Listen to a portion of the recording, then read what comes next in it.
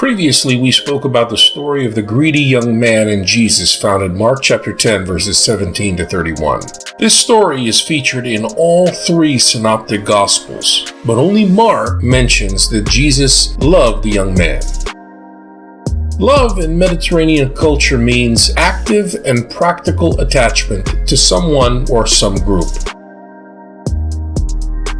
The young man claimed that he lived a morally complete life since his youth, and this stirred Jesus' affection toward him, so much so that Jesus wanted the young man to join him and his political faction. But here is where American Bible readers get thrown off. We Westerners are spuriously familiar with Jesus' advice, "Go sell what you have."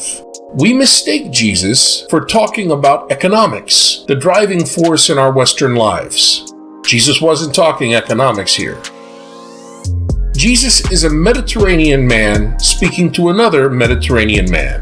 So we need to drop our typically Western economic interpretations and understand what drove that culture. Go sell what you have meant, in context, to part ways with the most precious of all Mediterranean possessions: family, home, and land. Jesus was not demanding that the young man cash in his stock portfolio, empty his bank accounts, or dispose of other similar Western treasures. To follow Jesus, one must die to his in-group self. That is, he must break all ties with his family, home, and land. Only then can he become part of the Jesus in-group self. And Jesus' followers already did that. We don't have to speculate that Jesus is not talking about economics here. That he is speaking about leaving family is clearly spelled out in the following discussion, verses 23 to 30. Again, Peter and the other followers have left everything. And Jesus says, "There is no one who has left house, or brothers, or sisters, or mother, or father, or children, or lands, for my sake and the gospel, who will not be compensated." That's very important, because it makes following Jesus in his context possible. Because in a collectivistic society where family and kinship ties are essential conditions for life itself, Jesus' challenge to the young man to leave everything, leave his family and his home and his lands, amounts to social suicide. It is truly a death. His exhortation is morally impossible to fulfill without some compensating factors. And wisely, the Markan Jesus states these compensating factors immediately. If the young man dies to his family, if he leaves family, home, and lands, he will have treasure in Sky Vault, which means that the patron God of Israel will replace the sources of sustenance that this person willingly sacrifices. And Jesus, bidding him to come follow me, promises the young man fellowship in a new community, a new group self, a fictive family to replace his old family of flesh and blood. And this is what Jesus has been creating throughout this gospel called Mark, his own political faction. The young man certainly perceived that Jesus desired him to join his coalition and clearly understood the sacrifice Jesus demanded but would replace. Understandably, but regrettably, and with great sorrow, the young man rejects both of Jesus' offers and departs, proving that he was greedy.